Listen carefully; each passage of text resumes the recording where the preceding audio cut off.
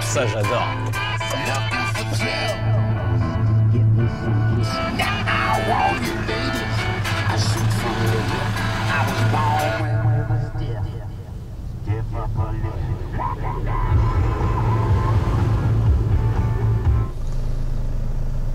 Ici sur la colline à ta droite, tu continues bien la piste principale. Suis pas la trace T2R pour passer devant notre capot.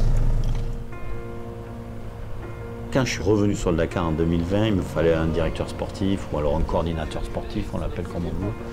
Et en fait, Pierre était sur le Tour Auto.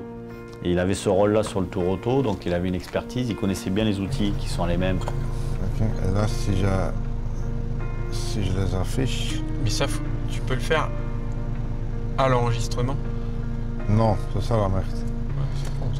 C'est un jeune qui est passionné, un vrai passionné de mécanique, de voitures anciennes surtout. C'est lui qui a monté le Dakar classique d'ailleurs. Aujourd'hui, maintenant, du classique, il a fait un peu ses armes et il bascule voilà, dans la cour des grands, on va dire. Il est sur le Dakar et il gère toute la coordination des événements. C'est bon, il a vu la caméra. C'est bien.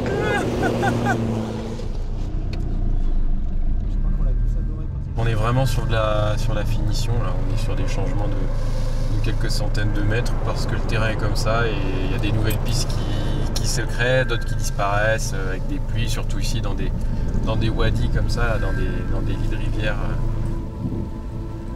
Ça peut être la météo qui a beaucoup bouleversé le terrain parce qu'on passe la première fois en septembre.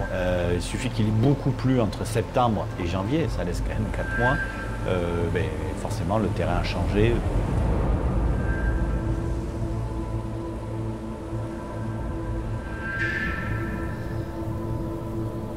Je faisais un peu l'analogie du sculpteur, quoi. Il nous donne déjà un très beau bloc.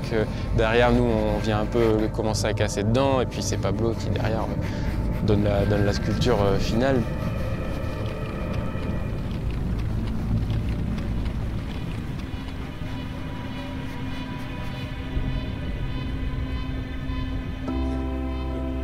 Durante el récord roadbook, cuando se está haciendo el roadbook, yo estoy haciendo notas aparte para identificar cuáles son los puntos sensibles en cuestiones de seguridad y con esta información generamos un documento en conjunto entre la organización y las autoridades de seguridad de Arabia Saudita y compartimos esta información para que los días de carrera todos estos lugares estén cubiertos con la seguridad apropiada, ¿no?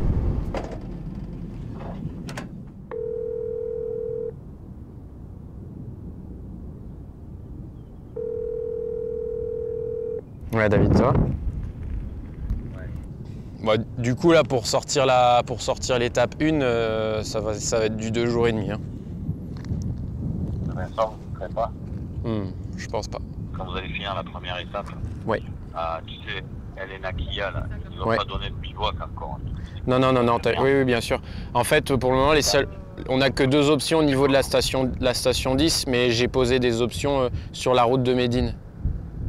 Quoi, un peu quelque chose à se mettre sous la dent, moi j'enverrai du monde après si tu veux. Ouais, si tu vois un truc évident, on le prend, il n'y a pas, mais bon.